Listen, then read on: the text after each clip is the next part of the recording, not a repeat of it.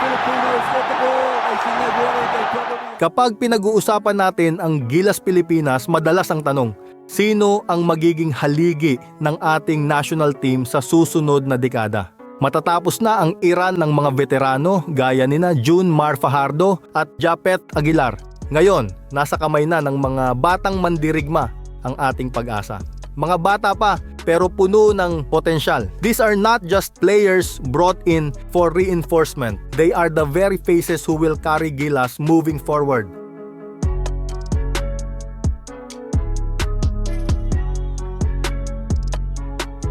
Alam natin lahat, dumaan ang Gilas sa maraming pagsubok.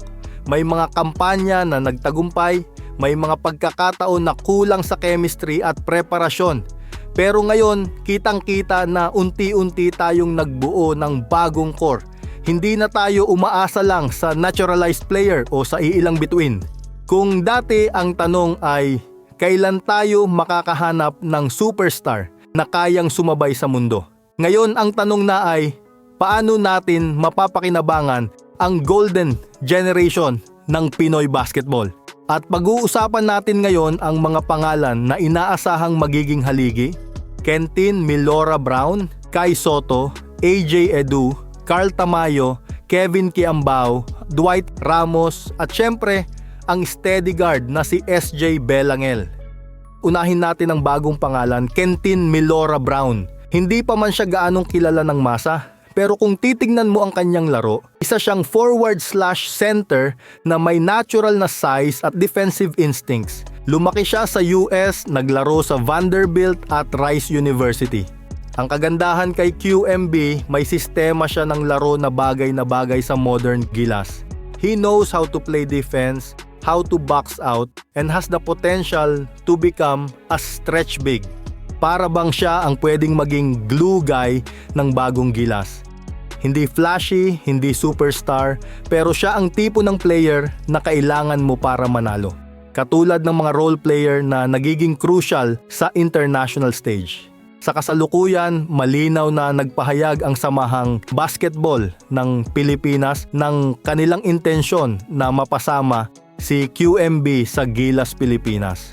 Katulad ng ibang kasalukuyang miyembro ng national pool, he was offered a 1-year contract that would serve as the foundation of his commitment to the team. Nasa panig na ni QMB at ng kanyang kampo ang desisyon kung pipirmahan na ito. Subalit hanggang ngayon ay wala pang malinaw na balita o formal na aksyon mula sa kanilang panig. Kung susuriin, makikita natin na ang SBP ay may malinaw na plano. Palakasin ng Gilas sa pamamagitan ng mga versatile at young players na maaaring magbigay ng malaking kontribusyon.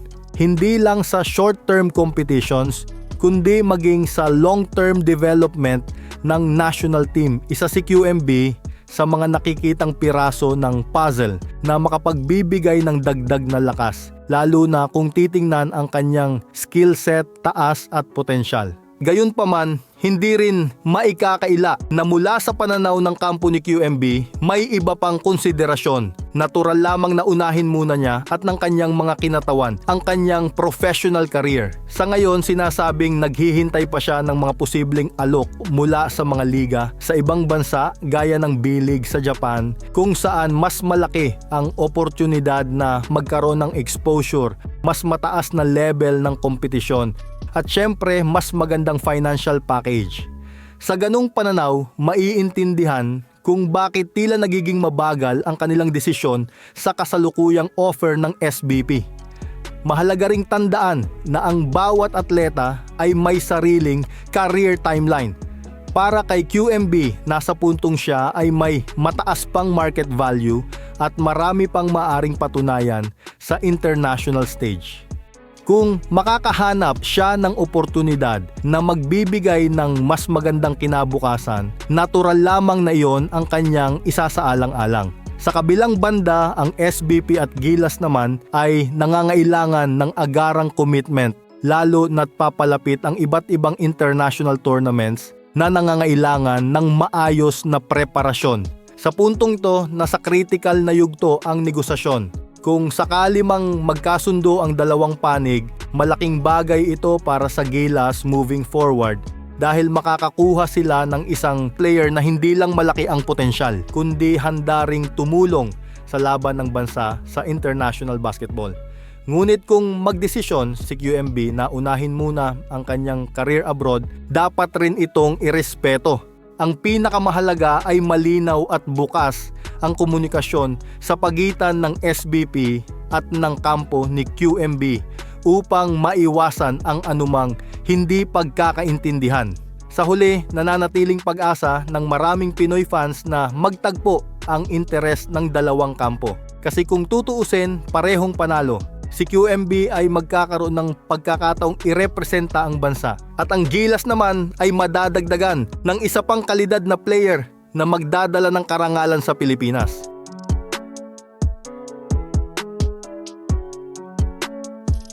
Pagkatapos, syempre, hindi pwedeng mawala si Kai Sotto. Siya ang simbolo ng pangarap ng bawat batang Pinoy.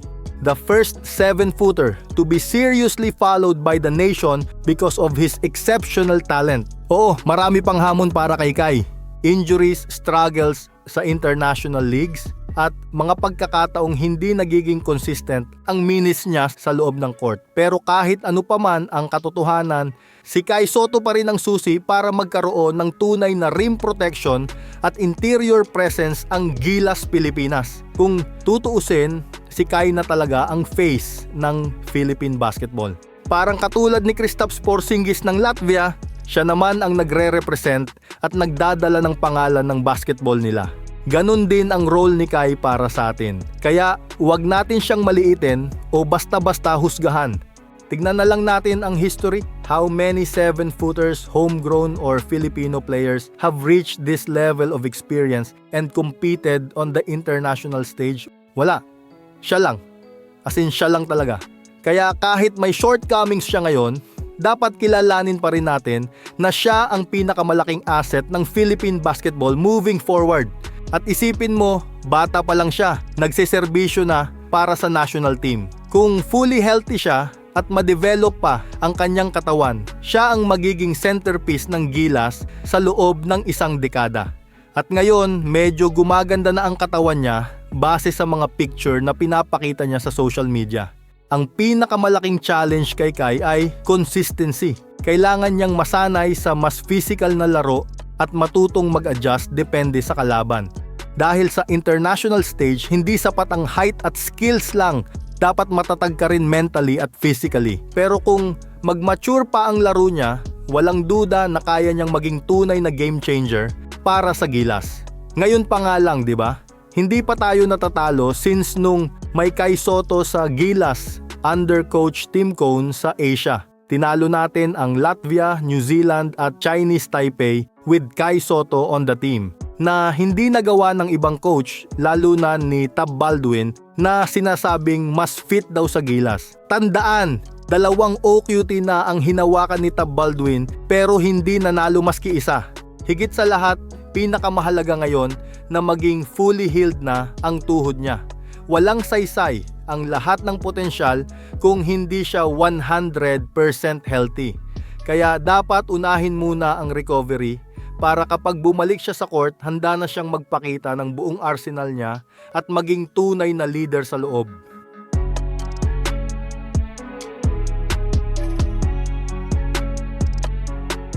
Kung si Kai ang symbol ng height at skill, si AJ Edu naman ang representasyon ng resilience. Ilang beses siyang na-injury, pero bawat balik niya mas matibay siya. Nakita natin sa World Cup, AJ Edu was a revelation. Hustle, energy, depensa, at yung puso na walang kapantay. Hindi siya flashy scorer, pero sa international basketball, mahalaga ang may enforcer. Imagine mo tandem sa ilalim, Kai Sotto at AJ Edu. Isang rim protector na mahaba at skilled, tapos may partner na hustle machine at defensive anchor. That's the type of front court na matagal na nating inaasam. Kung hanap mo ay skill set na swak sa modern basketball, pasok si Carl Tamayo. Stretch 4, marunong pumuste, marunong tumira sa labas, at higit sa lahat, clutch. Ngayon na naglalaro siya sa Korean Basketball League, makikita na nasa peak na si Tamayo. Kung tutuusin siya, dapat ang naging Finals MVP sa huling KBL Championship at League MVP. Natalo lang sa voting ng mga Koreano. Patunay na isa na siyang dominanting force sa isang highly competitive na liga. Bagay na bagay si Tamayo sa system na kailangan ng gilas, spacing, shooting at basketball IQ.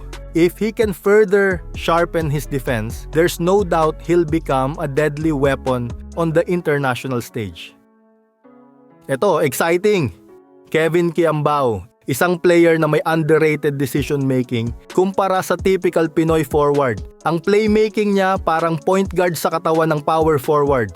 Sa nakaraang FIBA Asia, nakita natin ang malaking improvement niya, naging kasangkapan siya para gumana ang opensa ng Gilas. He knows how to pass, how to read defenses, and is always ready to take responsibility in crucial moments. Kaya given na dapat kasama siya moving forward para sa future ng national team. Ang kombinasyon ng versatility, basketball IQ at leadership ni Kiambao ay mahalagang piraso para sa mas matatag na Gilas program. Kung pag-uusapan natin ang guard wing position, walang mas steady kaysa kay Dwight Ramos. Hindi siya yung tipong flashy na palaging nasa headlines. Pero kapag nandyan siya sa court, ramdam mo yung composure, scorer, defender, at may tamang decision making. Siya yung klase ng player na gusto ng bawat coach. Low maintenance, high impact. Kung si Kai ang puso ng frontline, si Dwight naman ang magiging steadying presence sa backcourt. Pwedeng tumulong sa depensa, laban sa guards ng kalaban, pwedeng mag-create ng offense kapag kailangan. Pero alam natin, Gilas can never be complete without a true point guard who can defend and organize the offense. At dito papasok si SJ Bilangel. Hindi man siya kasing tangkad ng international guards, pero grabe ang bilis, grit at basketball IQ niya. Sa Korea pa lang natututo na siyang maglaro laban sa mas matatangkad at mabilis na guards. At sa international basketball, it's crucial to have a point guard who can defend full court, disrupt the opponent's rhythm, at mag-set ng tone para sa Gilas. Maganda din ang shooting niya from 3-point range at yun ang magiging papel ni SJ moving forward. Pero syempre, hindi ito madali. Maraming challenges, injuries, lalo na kay AJ Edu at Kai, consistency sa international leagues, commitment ng mga players, at syempre, coaching system. Kailangan ng tamang programa para ma-maximize ang kanilang potential. Kung walang solid na system, mauulit lang ang cycle na umaasa tayo sa individual talent. But with the right approach, we can go toe-to-toe in Asia and be competitive in the World Cup. Knowing Coach Tim, I do believe na he can adjust. Kung magiging kumpleto ang tools niya, nakikita ko, mas magiging maganda ang chance natin sa mga susunod na tournament. Dito sa Scouts Huddle, real talk tayo. Kung kulang pa, sasabihin natin. Kung magaling, irerespeto natin. Walang fake news, may perspektibo, hindi ilusyon. Kung trip mong ganitong usapan, like mo na to at mag-subscribe ka na rin para sa mas maraming real talk dito lang sa Scouts Huddle.